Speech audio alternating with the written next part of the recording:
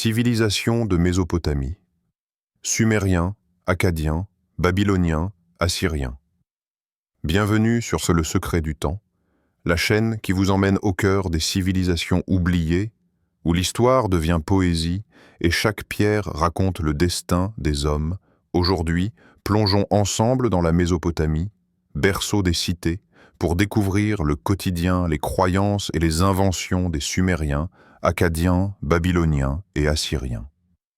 Préparez-vous à marcher dans les ruelles de Ur, à parcourir les marchés de Babylone et à gravir les escaliers des ziggourats dans un voyage où chaque détail est vivant et chaque innovation raconte l'histoire de l'humanité. La Mésopotamie, berceau des cités. Le soleil se lève sur les plaines fertiles entre Tigre et Euphrate. La brume matinale s'élève des canaux et des champs inondés, transformant l'eau en un miroir où le ciel et la terre se confondent. Ici, au cœur de cette terre nourricière, les premières cités s'érigent comme des idées devenues matière. Ur, Uruk, Lagash. Chaque maison, chaque ruelle, chaque ziggoura témoigne du génie des hommes, de leur courage à dompter les rivières, à tracer des routes et à bâtir des murs qui défient le temps. La vie palpite déjà dans les cités. Les chantiers retentissent du cliquetis des outils, tandis que les forgerons frappent le métal et que les potiers façonnent de l'argile avec une précision héritée des anciens. Le vent du matin transporte les parfums de la terre humide, du pain fraîchement cuit et des dattes séchées. La cité est un organisme vivant.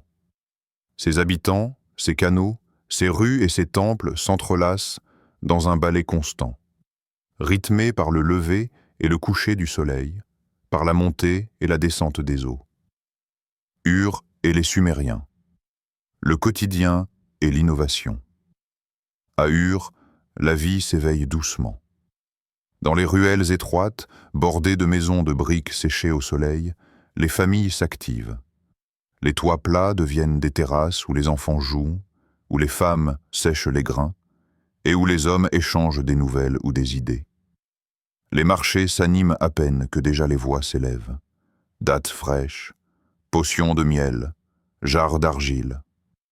Les étals se colorent de rouge, d'ocre et de bleu, comme un patchwork vivant posé sur le sable doré près de la place centrale. Les scribes s'installent, plumes de roseaux en main, gravant sur des tablettes d'argile les transactions, les inventaires et les prières. L'écriture cunéiforme, invention merveilleuse des Sumériens, transforme l'argile en mémoire éternelle. Chaque signe est un pont entre les hommes et les dieux, une trace de ce que l'humanité invente pour survivre et se souvenir. Les ziggourats dominent la ville, terrasses en escalier s'élevant comme des montagnes de pierre. Les prêtres gravissent les marches, apportant des offrandes de grains, de vin et de fruits aux dieux. Les chants sacrés résonnent dans l'air, et l'encens emplit les couloirs sacrés. Enlil, dieu du vent et de l'air, est prié pour que les récoltes soient abondantes. Inanna, déesse de l'amour et de la fertilité, reçoit des offrandes pour protéger la famille et la cité. Les fêtes religieuses ponctuant la vie, mêlant chants, danses et rythmes mythiques. Les rues de la cité bruissent de métiers divers. Forgerons, potiers, tisserands, charpentiers. L'irrigation, perfectionnée avec des canaux et des digues, fait prospérer les champs de blé et d'orge qui nourrissent la cité. Le soir, les familles se rassemblent autour du feu, racontent des histoires et chantent des poèmes. Les étoiles, observées avec attention, deviennent des signes et des présages, annonçant les crues. Loin de l'ombre des ziggourats sumériennes, les cités sont reliées par des routes pavées, par des canaux qui tracent un réseau vivant. Les Akkadiens parlent une langue qui unit les peuples, et dans chaque ville conquise, l'administration centralisée s'installe, gravant dans la pierre des décisions qui guideront la vie quotidienne. Les marchés de Kish, Akkad et Agad résonnent de langues multiples, des marchands venus de l'ancienne Ur apportant des jarres d'huile et de miel, tandis que des caravanes du nord traversent les routes de boue, transportant laine, bois et métaux. Les 6 scribes inscrivent les taxes et les échanges sur des tablettes d'argile, utilisant l'écriture sumérienne pour conserver l'histoire et le commerce. Chaque tablette est un pont entre l'autorité de l'Empire et le quotidien des habitants. Dans les champs irrigués, les paysans travaillent le blé et l'orge, observant les cycles des saisons avec une précision devenue science. L'astronomie se développe alors. Les étoiles et les planètes sont étudiées pour prévoir les crues et guider les récoltes. Les Akkadiens ne se contentent pas de conquérir par la guerre. Ils diffusent les inventions, les calculs et la mémoire des Sumériens. Les villes se densifient, les temples s'agrandissent, et les palais royaux témoignent du pouvoir central.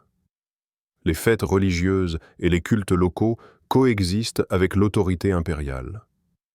Les habitants continuent de prier Enlil, Inanna et les anciens dieux, tandis que les rois akkadiens se présentent comme intermédiaires entre le ciel et la terre. Les chants et les processions colorent les rues, et les habitants, des artisans aux scribes, trouvent dans ces moments un équilibre entre la rigueur du pouvoir et la vie quotidienne. Les Babyloniens, marché, loi et grandeur urbaine. Au centre de la plaine, Babylone s'étire sous le soleil, ses murailles s'élevant comme des rêves de pierre. Les portes monumentales, ornées de lions et de dragons, accueillent les voyageurs et les marchands qui viennent échanger denrées et savoirs. Le marché est un tableau vivant, tapis colorés, paniers de dattes et de figues, bijoux d'or et d'argent, mais aussi tablettes de calcul et rouleaux de textes religieux. Chaque voix, chaque geste contribue à une symphonie de vie et d'activité. La cité vibre au rythme des innovations humaines. Les routes sont pavées, les canaux dessinent un réseau complexe pour acheminer l'eau aux champs et aux jardins, et les murailles de la ville protègent les habitants tout en reflétant la puissance royale. Au centre, les palais royaux et les temples dominent le paysage, et dans les rues, la justice prend corps dans le code de Hammurabi. Gravée dans la pierre, elle établit les règles de la vie, des échanges et des relations humaines. Chaque citoyen sait que ses actes sont observés et que les lois guideront sa destinée.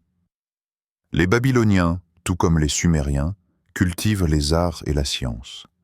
Les scribes enseignent l'écriture et le calcul aux jeunes, les astronomes observent les étoiles pour prédire les saisons et les crues, et les mathématiciens mesurent les champs et les constructions avec précision.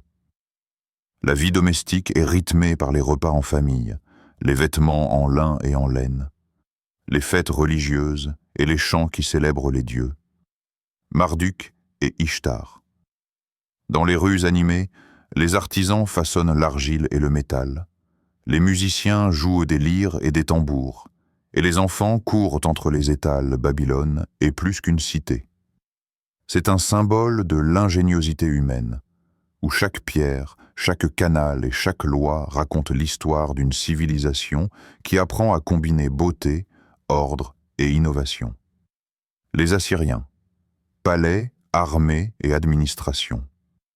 Plus au nord, les cités assyriennes s'élèvent fièrement sur les rives du Tigre et de ses affluents Ninive et Assur sont des citadelles de pierre, fortifiées, où l'ordre et la discipline règnent en maître. Les larges avenues pavées conduisent aux palais royaux, ornées de bas-reliefs racontant les exploits des rois et les batailles contre les royaumes voisins. Chaque mur, chaque sculpture, chaque colonne raconte l'histoire de la puissance assyrienne. Les bibliothèques des palais. Les habitants observent les rituels militaires avec respect et parfois crainte, car la gloire des rois assyriens est liée aux victoires et aux conquêtes.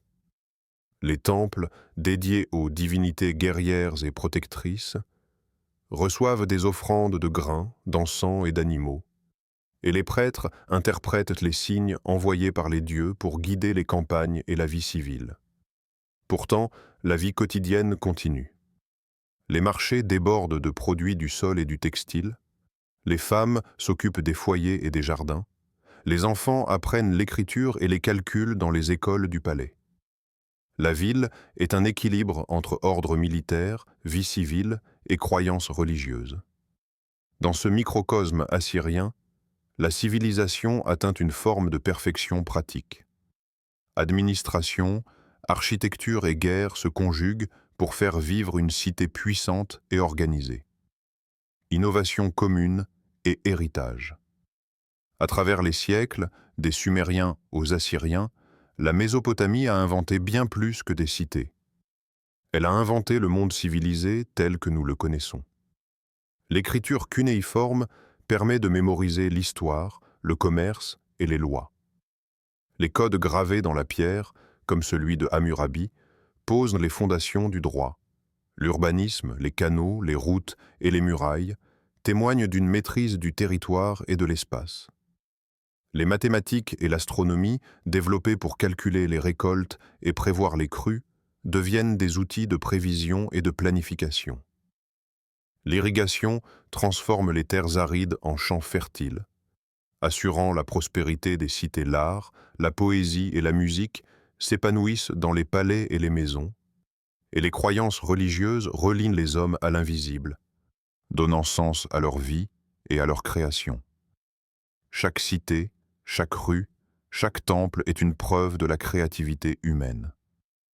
Les innovations des Sumériens, Akkadiens, Babyloniens et Assyriens se transmettent et s'enrichissent mutuellement. L'homme mésopotamien invente des solutions à ses besoins, organise la vie collective, observe les astres et les saisons, et construit des monuments qui défient le temps. Les civilisations anciennes deviennent ainsi le socle de toutes les cultures futures, un héritage d'ingéniosité et de poésie. Lorsque le soleil décline sur les plaines de Mésopotamie, les cités s'illuminent d'une lueur chaude, comme si la pierre et la terre captaient les derniers rayons pour les restituer en murmures. Les ziggourats s'élèvent encore, silhouettes majestueuses touchant presque le ciel, et les canaux reflètent la danse des nuages, miroir des hommes et des dieux. Chaque cité, qu'il s'agisse d'Ur, d'Uruk, de Babylone ou de Ninive, respire comme un être vivant, et chaque pierre raconte l'histoire d'un peuple inventif et passionné. Dans les ruelles de Ur, les enfants jouent toujours sous les toits plats, ignorant les siècles qui séparent leurs pas de ceux des scribes, gravant les premières tablettes d'argile. Les marchés de Babylone bruissent encore de voix imaginaires, où l'on vend du blé, des étoffes et des idées, et où le code de Hammurabi veille sur les échanges et les gestes humains. Les palais assyriens se dressent, silencieux, et dans l'ombre des bas-reliefs, les victoires et les prières d'autrefois semblent murmurer aux visiteurs du futur.